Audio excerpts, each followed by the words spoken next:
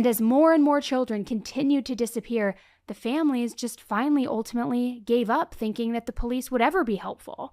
So they decided that they needed to act for themselves. They walked the neighborhood on foot, retracing their children's last known steps.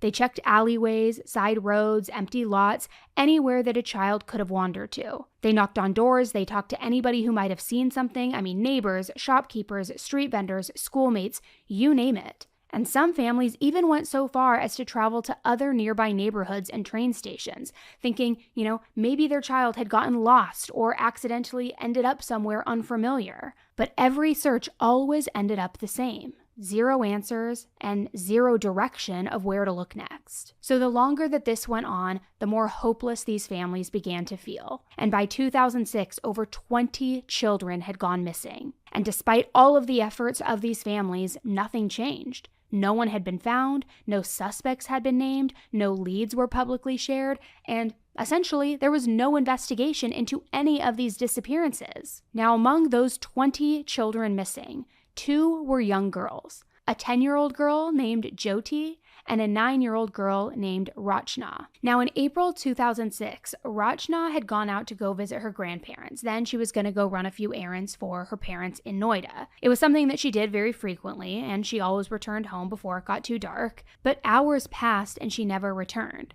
So her parents filed a police report, but they never received any help. Now, Jyoti had also been in Noida when she was last seen. So the families of these 2 girls knew each other. And when neither of them received help from the police, they started to help one another because they really could only turn to each other. They searched, and Rachna's father went all around Noida asking if anybody had seen his daughter on the day that she went missing. He started right near a tailor shop, which was one of the places that Rachna was visiting the day that she disappeared. And right across that tailor shop was a very large house, and it had 2 men just standing outside talking to one another. So Rachna's father approached these 2 men, asked if either one of them had seen his daughter, but both men said no, and then they quickly shuffled inside. And something about the way that they responded just felt very off to Rachna's dad. It was almost like they seemingly were running away from the conversation, like they wanted nothing to do with her father, that they couldn't get away from this conversation quick enough. And that moment really stuck with him.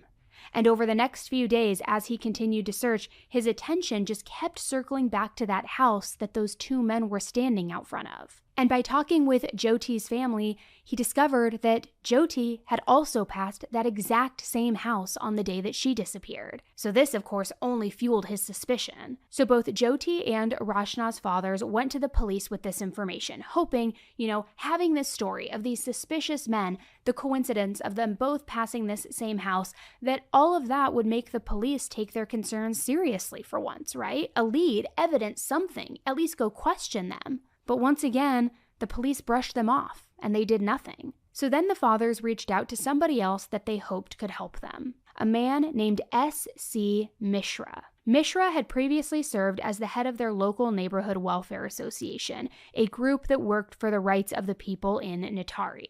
The association helped organize basic services or even advocate for neighborhood needs, so because of this, Mishra knew a lot of people in the community. He also had dealt with a lot of local officials before too, so it seemed like he understood how things worked and might actually be able to help. But unfortunately, even he couldn't convince the police to take action. But what Mishra did have was access to something else: local gossip.